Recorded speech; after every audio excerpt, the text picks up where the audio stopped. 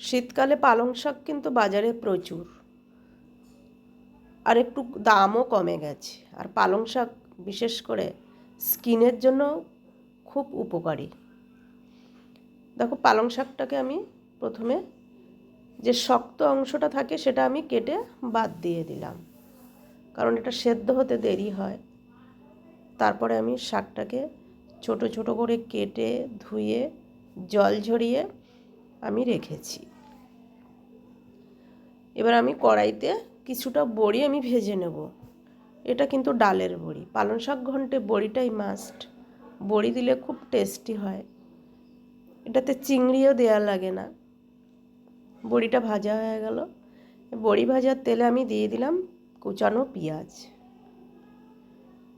সামান্য পাঁচফোড়ন। পাঁচফোড়ন দিলে ফ্লেভার ভালো আসে। ডুমো করে আলু কাটা, শিম কেটে রেখেছিলাম, সেগুলোকে আমি ভালো করে ভেজে নেব। দিয়ে দিলাম নুন, হলুদ। এই সবজিটাকে আমি ভালো করে ভেজে নেব।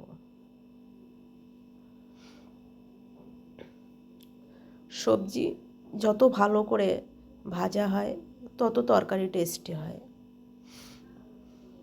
ভেজে নেওয়ার পরে আমি কিছুটা জল দিয়ে দিলাম। যে যেমন গ্রেভি রাখবে, আমি আমার মতো করে জল দিয়ে দিলাম। কিছুক্ষণের জন্য আমি চাপা দিয়ে রাখলাম। এবার দেখো, আমি ওপর থেকে ওই পালং শাকটাকে দিয়ে দিলাম। পুরো জল ঝরানো ছিল। তারপর আমি কাঁচা লঙ্কা আর টমেটো দিয়ে দিলাম। দিয়ে দিলাম সামান্য স্বাদ মতো চিনি। কিছুক্ষণের জন্য আমি চাপা দিয়ে রাখবো, 5 মিনিটের জন্য। ঢাকা খোলার পরে দেখো শাকটা কত সফট হয়ে এসছে, আর কালারটাও দারুণ এসছে।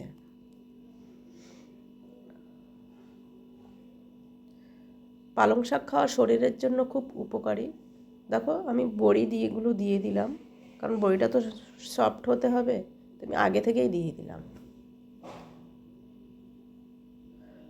শাকটা কিন্তু দেখতে খুব লোভনীয় হয়েছে। আমি ওপর থেকে জিরে গুঁড়ো ছড়িয়ে দিলাম। শাকটা পুরো মাখা মাখা হয়ে এসছে।